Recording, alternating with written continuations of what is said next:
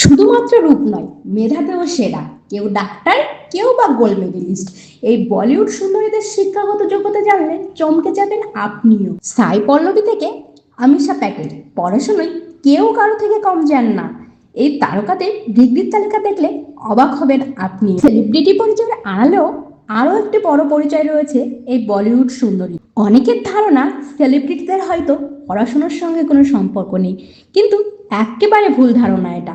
পর্দায় যাদের রোমান্স আর অভিনয় করতে দেখেন তাদের অনেকেই কিন্তু পড়াশোনায় দুর্দান্ত কৃতি। কেউ চিকিৎসা বিজ্ঞানের কঠিন ডিগ্রি অর্জন করেছেন, আবার কেউ বা বিদেশের বিখ্যাত বিদ্যালয়গুলি থেকে সামলেছেন অর্থনীতি কিংবা গণিত। সাই পল্লবী, যার কথা মাথায় আসলেই প্রথমে আমাদের মনে পড়ে একজন ন্যাচারাল ফেস।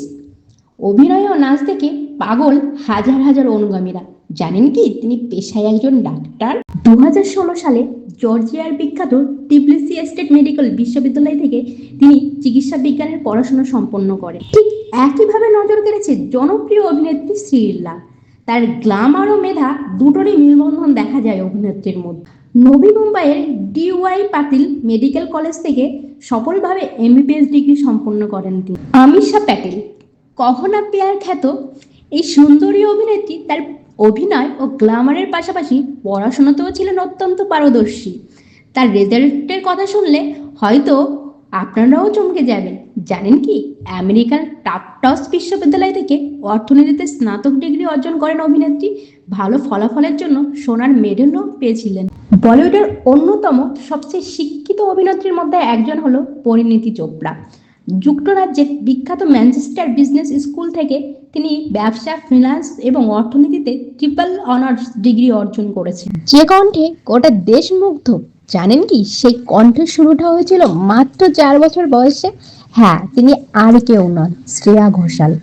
ছোটবেলা থেকেই শাস্ত্রীয় সঙ্গীতের তালিম, তারপর এক রিয়েলিটি শো বদলে দেয় তার জীবনের গল্প। সেখান থেকে বলিউডে প্লেব্যাক, আর এরপর একের পর এক হিট গান। আজ শ্রেয়ার কণ্ঠ মানেই প্রেম, আবেগ আর মায়া। যে গানগুলো শুনলে বারবার শুনতে ইচ্ছা করে। কিন্তু এই সাফল্যের পেছনে ছিল তার প্রতিভার পাশাপাশি বছরের পর বছর কঠোর পরিশ্রম। শ্রেয়া ঘোষাল সম্পর্কে বিস্তারিত জানতে অবশ্যই কমেন্টে জানিও। আর শ্রেয়া ঘোষালের ঠিক কোন গানটা তোমাদের ভালো লাগে অবশ্যই জানাতে ভুলো না।